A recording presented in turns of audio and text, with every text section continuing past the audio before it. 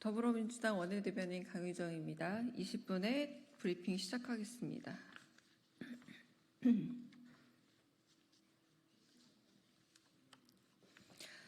윤석열 대통령, 김건희 여사는 권익위 고위 간부의 죽음에 대해 사죄하십시오. 민주당은 권력 사유화로 비뚤어진 국정을 바로잡겠습니다. 윤석열 대통령과 김건희 여사의 따로 휴가가 연일 언론을 뒤덮고 있습니다. 대통령은 억울하게 죽은 최혜병 특검법을 2번이나 거부하더니 해군 티셔츠를 입고 다니고, 여사는 검찰을 불러 제멋대로 소환쇼를 연출하더니, 자기 발행 면죄부를 든 채 전통시장을 휘젓고 다닙니다. 어묵장, 슛골인을 외치는 사이 김건희 여사 명품백 사건을 종결 처리했던 국민권익위 고위 간부가 스스로 세상을 떠났습니다. 김건희 여사의 주문식 면죄부에 괴로웠던 이가 세상을 떠났는데 정작 당사자는 애도도 공감도 없습니다. 그런 박절함이야말로 권력의 맛입니까? 세상을 떠난 국민권익위 고위 간부는 삶의 보람과 명예를 국민권익 향상에서 찾던 분입니다. 양심적으로 자기 일을 하고자 했던 공직자를 죽음으로까지 내몬 실체는 누구입니까? 고인의 양심과 소명에 어긋나 괴로웠던 일의 이익과 결실은 결국 누가 얻었습니까? 300만 원짜리 명품백을 받고 정작 자신은 해명도 사과도 없습니다. 대신 남편 대통령이 박절하지 못해서 경찰이 무단 침입을 하급 직원은 깜빡했다며 믿지도 못할 변명 릴레이 중입니다. 유일하게 사과하지 않는 사람, 장본인 김건희 여사가 이 나라 권력 실세입니까? 대통령 부부는 권익위 간부의 죽음에 책임을 느끼고 사죄하십시오. 영부인은 이 죽음의 맨 앞에 놓인 명품백 수수에 대해 스스로 해명하고 머리 숙여 사과하십시오. 국민권익위원회는 김 여사 개인의 면죄부 발행처가 아니라 공직자 부패 방지 기관입니다. 그는 권력 남용의 희생자이며 그의 죽음은 정치적 타살이자 권력살인입니다. 민주당은 성실한 공직자, 존경받는 가장의 명예를 철저한 진실규명으로 제자리에 돌려놓겠습니다. 두 번째 브리핑하겠습니다. 윤 대통령은 친일 반민족 행위를 중단하고 당장 독립기념관장 임명을 철회하십시오. 광복회가 창립 후 처음으로 광복절 경축식 불참을 선언했습니다. 한국의 반역자들이 일본 우익들과 내통하는 위기감이 든다라는 광복회장의 절규를 윤 대통령은 무겁게 받아들이십시오. 독립운동가들을 기리고 자주독립의 의미를 되새겨야 할 광복절에 대통령이 앞장서 친일 망동과 국민 분열을 자초하고 있습니다. 검찰 독재에 친일 독재까지 할 작정입니까? 이 정부의 종일 정체성을 이제 드러내는 겁니까? 만인의 반대를 무릅쓰고 임명 강행한 뉴라이트 김영석의 행보를 보십시오. 독립기념관장 취임 첫날의 일성은 바로 친일파 명예회복이었습니다. 역시나 일본 신민이었음을 자백하는 겁니까? 한 해 평균 274억에 달하는 정부 예산을 관장하는 자리입니다. 우리 역사와 정체성을 부정하는 종일주의자에게 단 한 푼의 국민 혈세도 지원할 수 없습니다. 윤 대통령은 당장 김영석 독립기념관장의 임명을 철회하십시오. 그리고 광복회와 독립유공자 후손들 앞에 석고대지 하십시오. 만약 윤 대통령이 임명을 고집한다면 민주당은 광복회 뜻을 존중해 광복절 경축식에 불참하고자 합니다. 광복절을 일본의 종전기념일로 여기는 반민족 일본 신민과 함께할 수는 없습니다. 대한민국 헌법은 3.1운동으로 건립된 대한민국 임시정부의 법통을 계승하고 대통령은 헌법을 수호할 책임을 지고 있습니다. 국민은 집권 내내 친일, 반민족 행위에 앞장서는 대통령을 더 이상 두고 볼 수 없습니다. 민주당은 윤 대통령의 친일 행보와 불종 외교를 멈춰 세우고 대한민국 임시정부의 법통을 잇는 수권 정당으로 국민과 함께하겠습니다. 마지막 논평 읽겠습니다. 이제 거부권도 원샷입니까? 거부권 행사에 앞서 영수회담부터 응하십시오. 휴가 중 거부권을 쓰지 못해 미련이 남은 겁니까? 오늘 13일 국무회의를 앞두고 대통령실이 또다시 거부권을 언급했습니다. 야당의 거부권 정부 프레임에 말려들지 않게 방송4법과 노란봉투법, 민생회복지원금법을 한 번에 거부하는 방안을 검토 중이랍니다. 거부권도 5거 원샷으로 털려나 봅니다. 어떤 법안들을 거부하는지 제대로 구분하기는 하는 겁니까? 민주화 이후 최대 규모 거부권으로 부족하니 이제 원샷으로 차별화하려는 겁니까? 6개를 한 번에 섞어 털면 한 번처럼 보일 거라니 이건 국민을 조삼모사 원숭이 취급하는 겁니다. 국민이 그렇게 쉽고 단순해 보입니까? 공영방송을 국민께 돌려드리는 방송4법과 노동자의 생명을 지키는 노란봉투법, 서민경제 회복의 마중물인 민생회복지원금을 날리는 겁니다.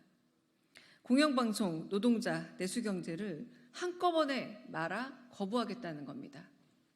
제대로 된 정책도 마련하지 못한 채 국회가 진통 끝에 통과시킨 법안도 손에 닿자마자 튕겨냅니다.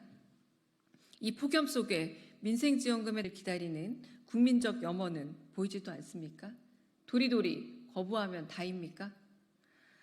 휴가를 다녀왔으면 일하는 척이라도 하십시오. 휴가 보내준 것도 국민입니다. 습관적 거부권 행사에 앞서 민주당이 제안한 영수회담부터 살펴보고 응하십시오. 그게 바로 대통령이 하겠다던 정치의 복원이고 국민이 기대하는 국정기조 전환이자 꺼져가는 국정 동력의 마지막 불씨입니다. 다시 읽겠습니다.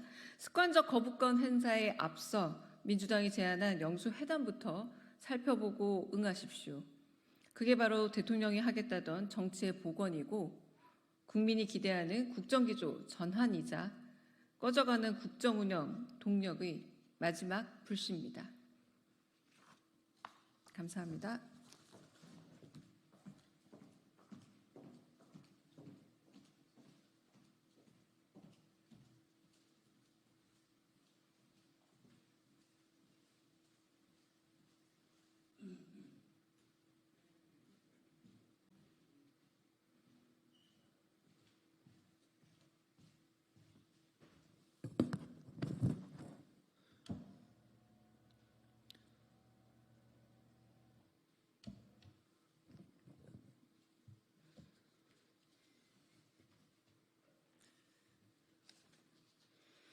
더불어민주당 수석대변인 이해식입니다. 오늘 브리핑 하도록 하겠습니다.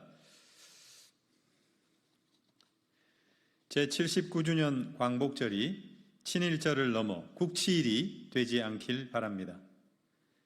며칠 전 미 외교지 디플로매트는 윤석열 대통령을 가리켜 기시다 내각이 자국의 역사를 세탁하는 데 있어 발견한 완벽한 공범이라고 평가한 바 있습니다.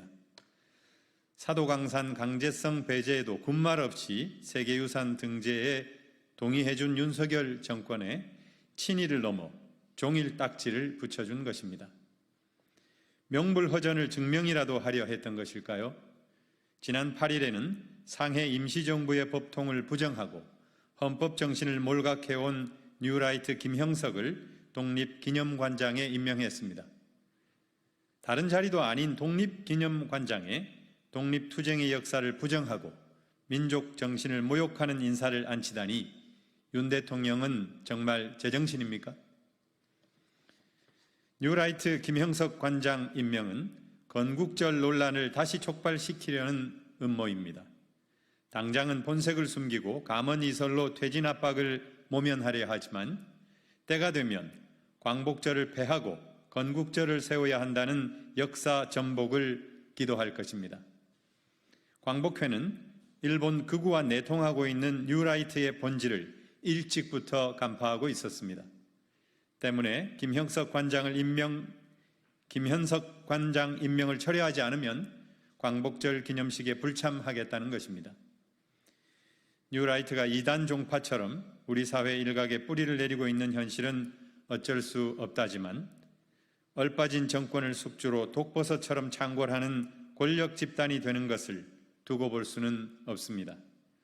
이미 통일부 장관, 안보실 차장, 진하위 위원장, 국가교육위원장, 한국학중앙연구원장, 동북아 역사재단 이사장, 국사편찬위원장 등 뉴라이트 인사들이 두루 포진해 있습니다. 엎친 데 덮친 격이라더니 이제 독립기념관장까지 뉴라이트 인사가 차지한 꼴입니다. 윤석열 대통령은 이제 일본 역사 세탁의 공범에서 나아가 주범이 되고 만 것입니까? 당장 김형석 관장 임명을 취소하고 광복 회원들께 사죄하기 바랍니다. 윤 대통령이 끝내 마이웨이를 고집해 79주년 광복절이 일제 강점기 역사를 세탁하는 친일절이 된다면 광복절은 사상 처음으로 순국 선열 앞에 죄를 짓는 국치일로 기록될 것입니다. 다음 브리핑입니다. 한표의 제3자 최상병 특검법 추진, 결국 까치발 공약입니까? 지난 5일 발표한 여론조사 꽃에 따르면 국민 10명 중 6명은 한동훈 대표의 제3자 특검법 추진에 대해 말만 하고 결국에는 추진하지 못할 것이라고 응답했습니다. 국민은 이미 한동훈 대표의 약속을 믿을 수 없는 까치발 공약으로 여기고 있는 것입니다. 카메라를 들이대면 까치발을 드는 습성처럼 제3자 특검법 추진 약속도 전당대회용 까치발이었던 것입니까? 의사를 분명히 할 때가 되었습니다. 제3자 특검법 추진하는 겁니까? 안 하는 겁니까? 본인이 입법기관이 아니라는 말로 뭉칠 생각일랑 말기 바랍니다. 대표가 되셨으면 대표답게 처신하시기 바랍니다. 한 입으로 두말할 요량이 아니라면 우리 당에서 발의한 세 번째 최상병 특검법과 한 대표의 특검법을 나란히 놓고 한번 겨뤄봅시다. 그때는 까치발을 들든 굽을 높이든 아무 말 않겠습니다. 길고 짧은 건 대봐야 알지 않겠습니까? 네, 감사합니다.